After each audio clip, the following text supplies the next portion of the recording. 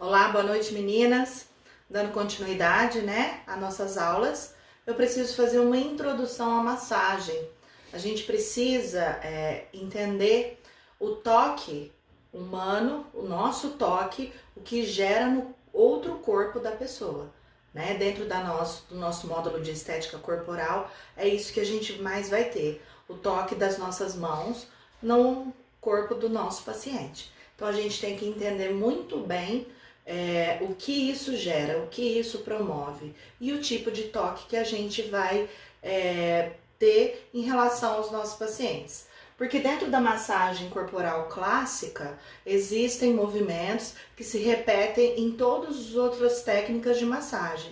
Então, dominando alguns desses movimentos, a gente consegue aprender com mais facilidade as outras técnicas. Então, a massagem corporal, ela é usada em diversos planos de tratamento.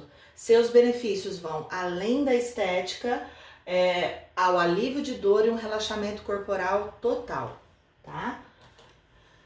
Então, a massagem corporal, o que os efeitos dela causam dentro do nosso corpo? Tem como resultado redução da dor, reduzir a ansiedade, melhorar a depressão, melhora a circulação periférica, reduz edema, até a constipação intestinal. Essa redução da ansiedade, melhora da depressão, o relaxamento muscular promove uma liberação de serotonina, né? E endorfina, que são os hormônios da felicidade que a gente chama, né? Então são os hormônios que promovem o relaxamento, diminuindo assim os níveis de cortisol, diminuindo também a ansiedade. Melhora o cansaço, por quê? Porque faz uma liberação muscular, o relaxamento das fibras musculares, melhora a oxigenação daquele tecido, tanto muscular quanto a pele em si. Estímulo do sistema nervoso, o toque gera um estímulo do sistema nervoso, através do toque, do calor das mãos, né, dos movimentos repetitivos que a gente promove. Isso leva o estímulo até o sistema nervoso central, promovendo um relaxamento. E é assim que libera a endorfina e a serotonina. Recuperação de uma cirurgia estética, utilizamos muito em pós-operatório de cirurgia estética, né, principalmente uma drenagem linfática, reduz os edemas e tem uma melhora da recuperação nesse pós-operatório. Então vamos falar um pouquinho sobre os efeitos fisiológicos, né? Específicos do que acontece realmente numa massagem clássica. Melhora a permeabilidade dos poros, né? Então, com o movimento de deslizamento e fricção, até a permeabilidade dos poros é aumentada. Por isso que na estética, dependendo dos cremes que a gente utiliza, tem alguns agentes que é possível de absorção pelo nosso corpo, como a cafeína, centelha asiática para reduzir gordura localizada, ou se for uma massagem para dor, que tenha alguns agentes como cânfora, como diclofenaco de sódio, que pode ser absorvido também, reduzindo uma inflamação. Melhora da circulação, porque os movimentos repetitivos causam vasodilatação. Então, a dilatação do vaso sanguíneo promove um aporte sanguíneo maior para aquela área tratada. Aumenta a hidratação da pele, como eu falei, né? Os agentes aumentam a permeabilidade, então se você utilizar cremes que melhoram essa hidratação da pele, a gente tem um resultado muito legal. Aumenta a elasticidade da pele e das estruturas abaixo dela. Isso tudo é uma consequência de tudo que a gente está falando aqui.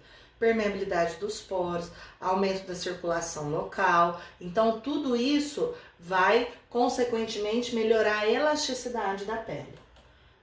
Atua ainda sobre terminações nervosas sensitivas, diminuindo sua hipersensibilidade, aliviando assim algumas dores. É o que eu falei para vocês. Tudo aquilo, aumento da circulação, então os agentes necessários para melhorar uma inflamação daquele membro que a gente está fazendo a massagem, consegue chegar com mais facilidade, melhorando assim a sensibilidade à dor. Nas fraturas, após a retirada do gesso, a massagem atua provocando descamação da pele morta. Então aquela pele que ficou comprimida, por exemplo, por um gesso, 1, 2 meses, é uma pele que tem uma circulação periférica péssima, sofreu ali com a oclusão, não tomou sol, não foi hidratada, uma pele que também não é limpa há muito tempo. Então a pele morta que vai renovando continua toda ali. Então a massagem é capaz de fazer essa descamação. A gente pode fazer uma massagem com esfoliante, é muito legal.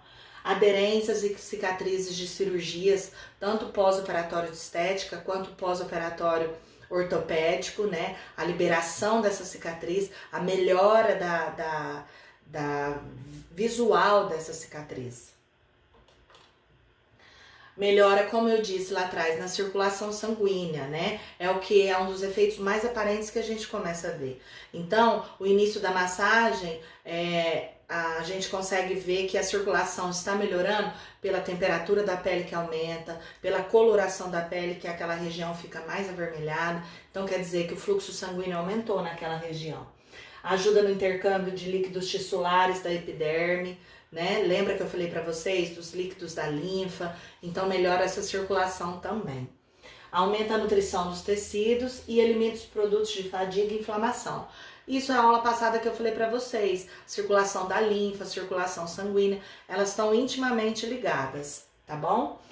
Aumento das hemácias pelo aumento da circulação local. Os efeitos fisiológicos sobre a circulação linfática.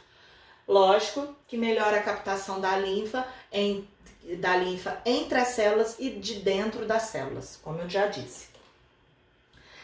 E tem também efeitos sobre o tecido muscular, melhora da nutrição, da flexibilidade, da vitalidade muscular, isso muito conjuntamente com a melhora da circulação também. Quebra pequenas aderências, né? Alguma lesão que você possa ter muscular da massagem, alguns tipos de massagem consegue fazer essa liberação e previne a formação de novas aderências. Efeitos sobre o tecido adiposo, que é a parte que a gente trabalha muito. Então, repara males causados pela insuficiência circulatória. Muitas vezes um tecido adiposo, né? Um abdômen maior, flancos, culote, onde tem um acúmulo de tecido adiposo, a circulação daquele local ela é muito deficiente.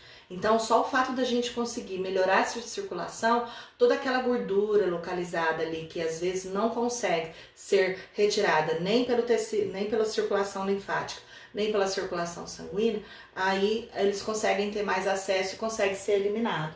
Facilita também a mobilização dos líquidos corporais, como eu falei, melhorando a diurese e o trabalho intestinal. Isso também tem um efeito muito grande na constipação, na drenagem linfática a gente consegue melhorar a diurese da pessoa. Então, muitas das vezes a gente faz drenagem linfática, a pessoa já corre para o banheiro. E sobre o metabolismo também nós temos esses efeitos, tá? Aumento do metabolismo geral por conta do aumento da circulação sanguínea nas regiões massageadas. E aí a gente fica aquela dúvida, né? A massagem emagrece realmente? Alguns autores dizem que sim, pelo aumento do seu metabolismo. Então acaba acelerando o metabolismo lento ali, causando uma queima maior de gordura, teoricamente o emagrecimento. Sobre o sistema nervoso, né? Então, o efeito sedativo geral, decorrente da atuação sobre o sistema nervoso central, em forma local sobre os nervos sensitivos e motores. É o que eu falei. Como a gente promove um aumento da circulação, um relaxamento muscular, uma permeabilidade da pele, uma circulação linfática correta, tudo isso influencia de forma positiva os estímulos nervosos que nós estamos passando do estímulo nervoso central para o nosso corpo. Então, da mesma forma que às vezes passa tensão do sistema nervoso central para o corpo, o relaxamento das extremidades retorna, né, como um estímulo de relaxamento, causando assim uma melhora desse sistema nervoso central.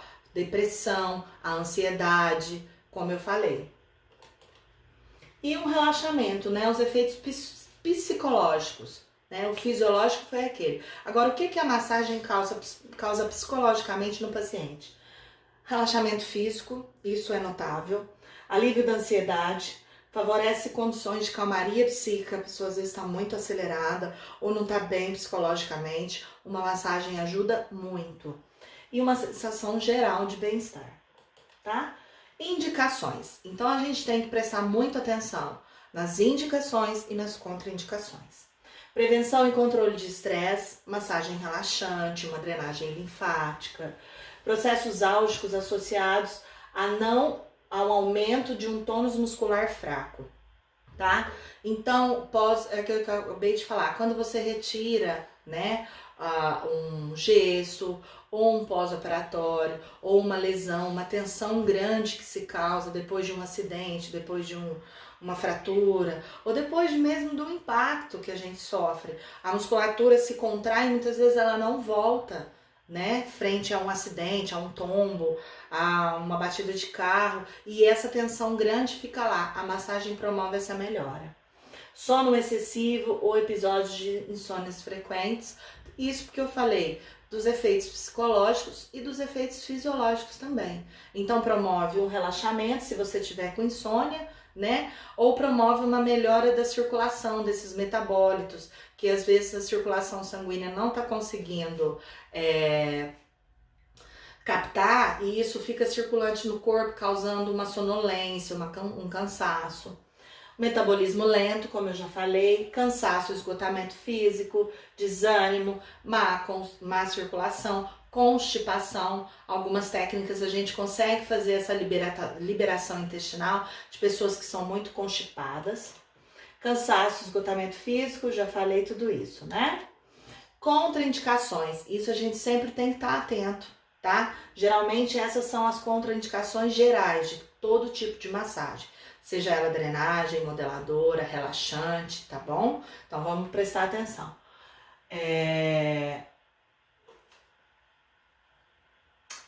Cansaço ou esgotamento físico, a gente, dependendo se for muito acentuado, tá? Um desânimo muito grande. Por quê? Porque a gente tem que investigar esse desânimo também. Se for um desânimo por falta de circulação, por alguma coisa relacionada psicologicamente, aí tudo bem. Mas se for um desânimo, pode ser um precursor de uma doença pior, como um câncer, como um tumor, como alguma coisa que ainda esteja oculta. Por isso que a gente coloca tanto na indicação quanto na contraindicação. E tudo isso é cabível de investigação. Na anamnese a gente consegue ver de onde vem esse desânimo. Má circulação, então se a pessoa tem uma circulação comprometida, principalmente membro inferior, de grande porte, digamos assim, não uma varize simples, mas uma perna tem uma varize muito grande, ou que ela esteja com uma erisipela, ou que ela esteja com uma trombose, então isso é uma contraindicação, a gente não pode pôr a mão. Constipação intestinal grave. Algumas pessoas têm algumas doença de Crohn, algumas doenças intestinais graves. Então, muitas das vezes a gente não pode fazer essa massagem, porque às vezes a gente faz uma liberação intestinal de forma excessiva, causando uma diarreia excessiva, ou pode causar um efeito rebote também, uma constipação grave. E isso também a gente consegue identificar na anamnese. Edemas acentuados não diagnosticados, então uma perna muito inchada e não sabe o porquê não coloquem a mão. Fraturas não solidificadas, então uma fratura que não está completamente consolidada também não coloque a mão.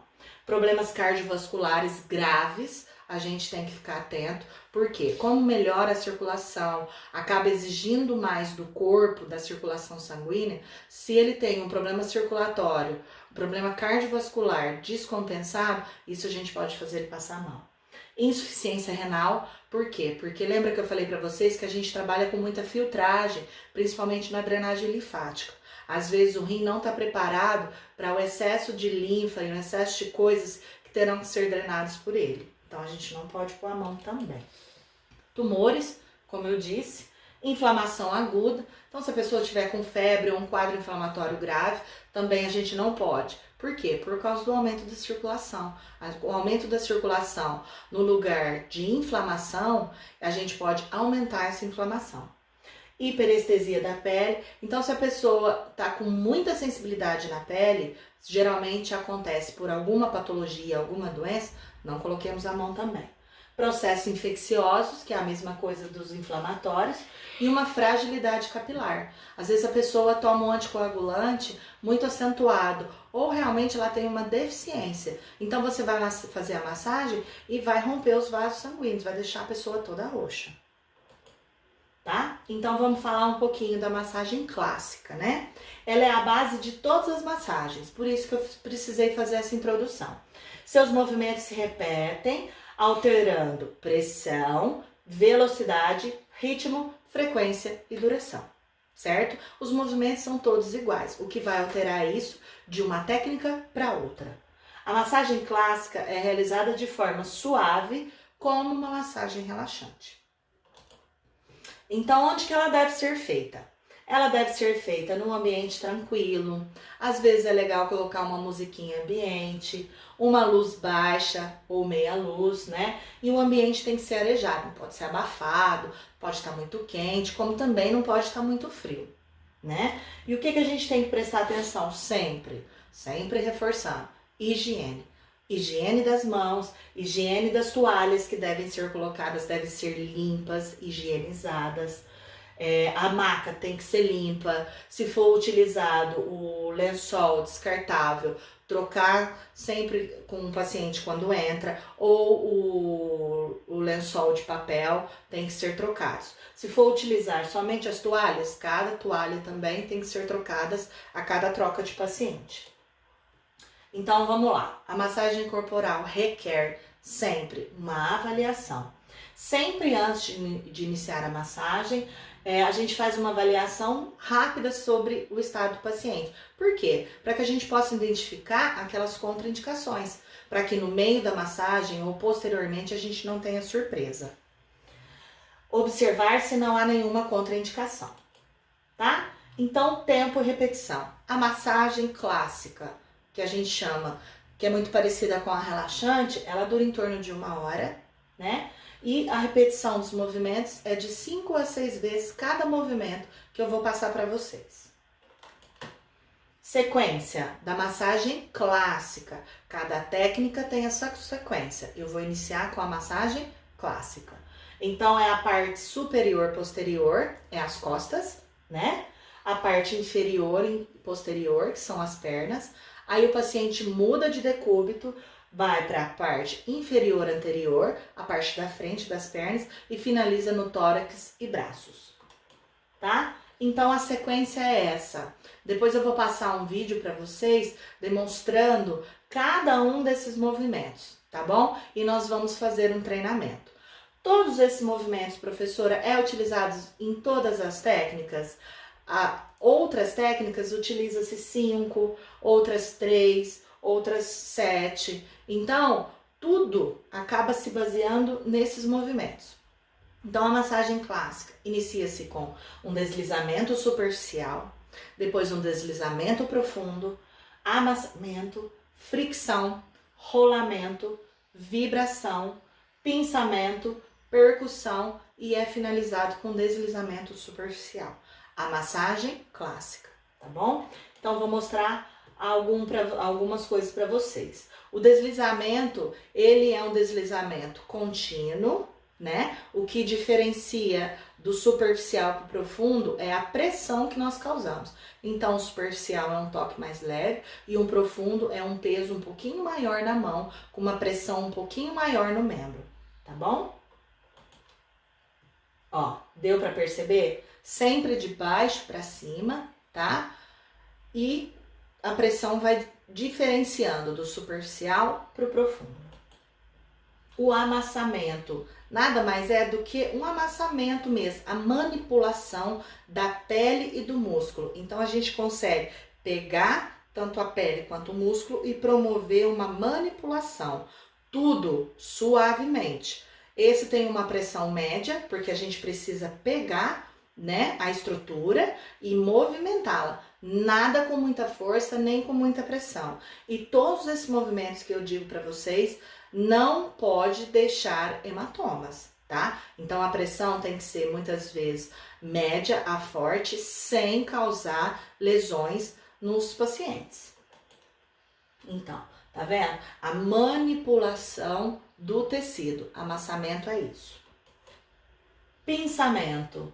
Pinçamento é muito bom para ativação muscular e combate à flacidez. Melhora muito a circulação, tá? Então, o pinçamento é a pegada, é a pinça mesmo, que você faz no tecido, tá? Repetidas vezes. Isso melhora muito a circulação e facilita muito a manipulação de pele extra, digamos assim, que significa a flacidez, né? A percussão, que também é utilizada para flacidez, mas promove também um relaxamento muscular muito intenso e aumenta a circulação local rapidamente, que nada mais é do que aquele movimento que a gente sempre vê na televisão, né? As batidinhas rápidas, não fortes, de média pressão, sobre o tecido. A fricção, que é utilizada pela ponta dos dedos, né? São movimentos circulares. Isso também é muito bom para soltar nódulos de gordura, nódulos de tensão muscular, nódulos de gordura, celulite grau 3 igual grau 4, que se formam aqueles nódulos, liberação de aderências, de cicatrizes, tá? Então, é um movimento feito geralmente com os polegares, tá bom? E essa foi a minha introdução. Logo depois dessa introdução à massagem, eu vou colocar um vídeo demonstrando todas essas técnicas, tá bom? Bom, meninas, dando continuidade à nossa aula, né? Agora nós vamos fazer a nossa parte prática, tá? E aí eu vou mostrar para vocês algumas das técnicas. Eu utilizo um pouquinho de creme para ajudar no deslizamento, tá? Sempre esquenta bem o creme na sua mão para depois pôr no cliente. Desliza e vamos começar. Deslizamento superficial. São movimentos com a mão espalmada, ritmada, seguida uma atrás da outra, tá? Bem leve. Olha a pressão. Bem leve. Deu para entender? Essa é a pressão do deslizamento superficial. Um toque suave, tá? Ele tem que ser ritmada de 5 a 6 vezes cada movimento. Agora nós vamos passar para o deslizamento profundo. O toque é um pouquinho mais profundo, ó. Deu para perceber a pressão? Um pouquinho maior. Não para machucar, mas que a gente consiga apertar um pouquinho mais o tecido. Então, observe, ó, que no deslizamento profundo, ó, há um deslocamento de tecido muito maior do que, ó, num deslizamento superficial. Deslizamento profundo, deslizamento superficial. Tá vendo a diferença? O deslocamento do tecido? Então, essa é a pressão aplicada no deslizamento profundo, certo? Agora, o amassamento. Nós trabalhamos o amassamento com essa parte da mão. Então, a gente não utiliza praticamente a palma da mão. É esse movimento de pegada, de pinça. Então, você palpa o tecido sem grande força, mas com uma pressão moderada, tanto de um lado quanto do outro, e faz movimentos alternados entre uma mão e outra, tá? Tá vendo que a gente consegue deslocar o tecido aqui no meio? Isso que é o interessante para nós. Deslizar, pega, amassa, sempre fazendo esse movimento, ó, de torção do tecido, certo? Movimento de fricção é a pegada. Então, você vem, belisca, vem, belisca, vem, belisca. Com esses dedos, belisca o tecido, como se você fosse iniciar o movimento de apassamento. Mas você vem, belisca, vem, belisca, vem, belisca, tá bom? Rolamento é um movimento de pinça com um rolamento mesmo. Então, a gente pega a pele e desloca com os polegares, com a orientação dos indicadores. Os polegares vão só deslocando o tecido e os indicadores rolando, como se fosse um rolinho. Então, você pega e desliza. pega e desliza. Espero que esteja fácil de vocês visualizarem. Pega e desliza. A pressão continua nos polegares e os indicadores vão carregando essa pele, tá bom? O movimento de vibração é mais para soltar mesmo a musculatura. Não é um movimento importante, não é um movimento muito utilizado. Então, você abraça com a mão espalmada o membro e faz uma pequena vibração. Isso é mais para ajudar na circulação. O pinçamento, que ele é muito importante, né? Que nada mais é do que o movimento de pinça. Lembra que eu falei? Pinça e movimentos, ó, circulares, tanto dos polegares, que a gente pode soltar um nódulo, quanto de todos os dedos a gente pode utilizar, tá? Então, fricção e pinçamento. A gente pode utilizar técnicas combinadas, não precisa ser cada um de uma vez, tá bom? E finalizando com o deslizamento superficial. Espero que tenha ficado claro para vocês. Na prática a gente vai conseguir ver melhor, mas essa é uma forma de vocês já começarem a treinar em casa. Bom, meninas, dando continuidade à nossa aula, né? Agora nós vamos fazer a nossa parte prática, tá? E aí eu vou mostrar para vocês algumas das técnicas. Eu utilizo um pouquinho de creme para ajudar no deslizamento, tá? Sempre esquenta bem o creme na sua mão para depois pôr no cliente. Desliza e vamos começar. Deslizamento superficial. São movimentos com a mão espalmada, ritmada, seguida uma atrás da outra, tá? Bem leve. Olha a pressão, bem leve. Deu para entender? Essa é a pressão do deslizamento superficial. Um toque suave, tá? Ele tem que ser ritmada de 5 a 6 vezes cada movimento. Agora, nós vamos passar para o deslizamento profundo. O toque é um pouquinho mais profundo, ó. Deu para perceber a pressão? Um pouquinho maior. Não para machucar, mas que a gente consiga apertar um pouquinho mais o tecido. Então, observe, ó, que no deslizamento profundo, ó, há um deslocamento de tecido muito maior do que, ó, num deslizamento superficial. Deslizamento profundo, deslizamento superficial. Tá vendo a diferença? O deslocamento do tecido? Então, essa é a pressão aplicada no deslizamento profundo, certo? Agora, o amassamento. Nós trabalhamos o amassamento com essa parte da mão. Então, a gente não utiliza praticamente a palma da mão. É esse movimento de pegada, de pinça. Então, você palpa o tecido sem grande força, mas com uma pressão moderada, tanto de um lado quanto do outro, e faz movimentos alternados entre uma mão e outra, tá? Tá vendo que a gente consegue deslocar o tecido aqui no meio? Isso que é o interessante para nós. Deslizar, pega, amassa, sempre fazendo esse movimento, ó, de torção do tecido, certo? Movimento de fricção é a pegada.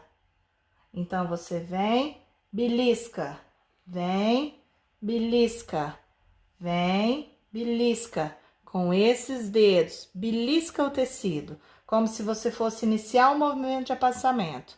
Mas você vem, belisca, vem, belisca, vem, belisca, tá bom? Rolamento é um movimento de pinça com um rolamento mesmo. Então, a gente pega a pele e desloca com os polegares, com a orientação dos indicadores. Os polegares vão só deslocando o tecido e os indicadores rolando, como se fosse um rolinho. Então, você pega e desliza. Pega e desliza. Espero que esteja fácil de vocês visualizarem. Pega e desliza. A pressão continua nos polegares e os indicadores vão carregando essa pele, tá bom? O movimento de vibração é mais para soltar mesmo a musculatura. Não é um movimento importante, não é um movimento muito utilizado. Então, você abraça com a mão espalmada o membro e faz uma pequena vibração. Isso é mais para ajudar na circulação. O pinçamento, que ele é muito importante, né? Que nada mais é do que o movimento de pinça. Lembra que eu falei? Pinça e movimentos, ó, circulares, tanto dos polegares, que a gente pode soltar um nódulo, quanto de todos os dedos a gente pode utilizar, tá? Então, fricção e pinçamento. A gente pode utilizar técnicas combinadas, não precisa ser cada um de uma vez, tá bom? E finalizando com o deslizamento superficial. Espero que tenha ficado claro para vocês. Na prática a gente vai conseguir ver melhor, mas essa é uma forma de vocês já começarem a treinar em casa.